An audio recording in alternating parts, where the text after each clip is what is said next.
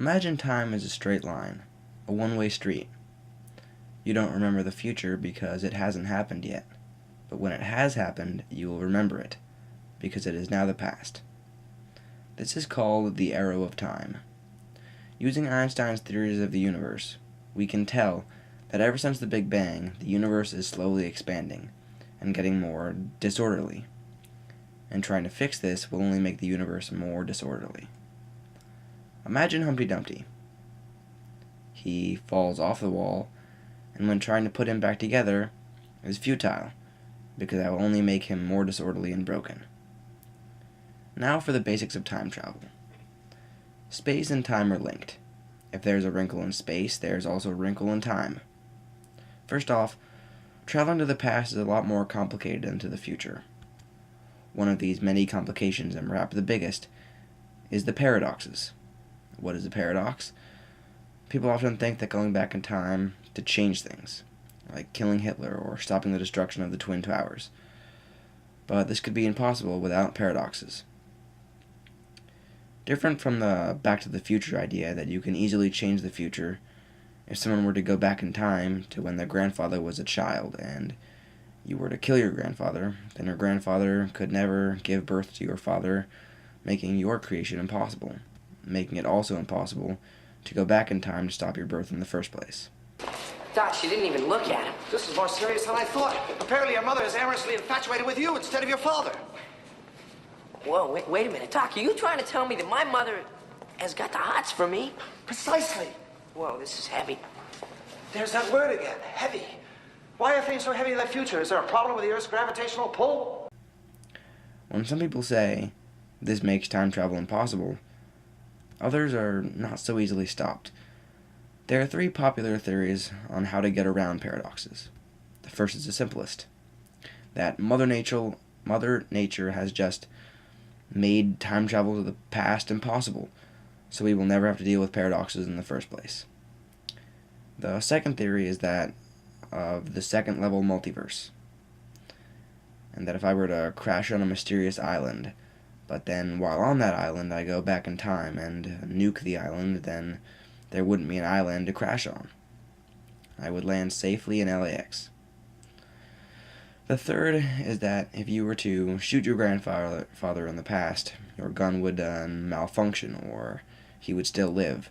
Therefore, time would continue on to its already preserved destiny.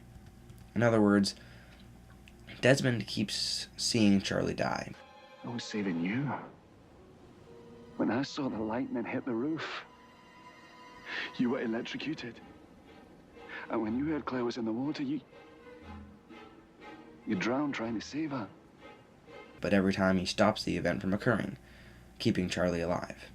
But No matter what I try to do, you're gonna die, Charlie. now, back to the future. Pun intended.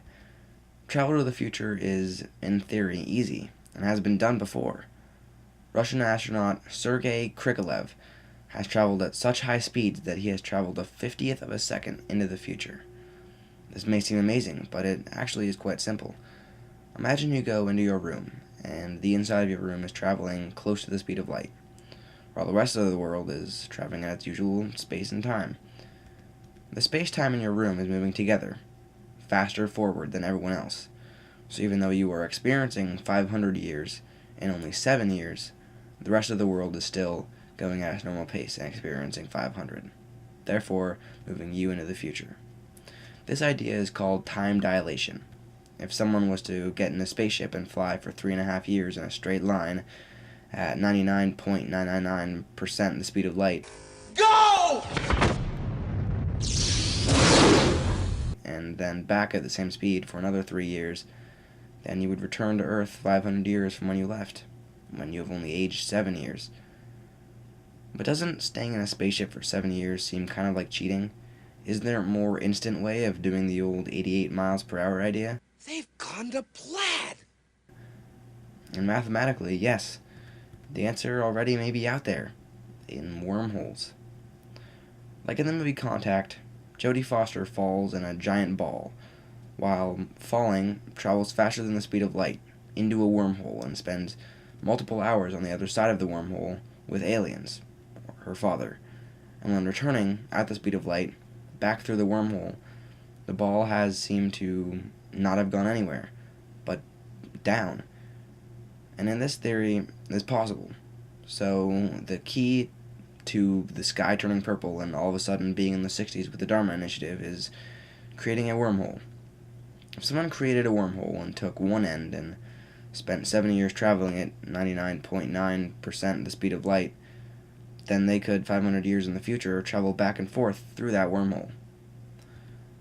That may sound simple, but when you were thinking about how you could, when entering the wormhole, end up anywhere in the existence of the wormhole, it makes my brain just hurt thinking about it. But with all this information, how does this affect space travel? Well, if you were to travel to another planet at 99.9% the speed of light, then when you got back 7 years later, the world would have aged 500 years, and well, you have only aged 7. So until we find a ulterior way to alter the law of physics, we will have to wait a long 500 years for that 7-year astronaut to get back from Mars.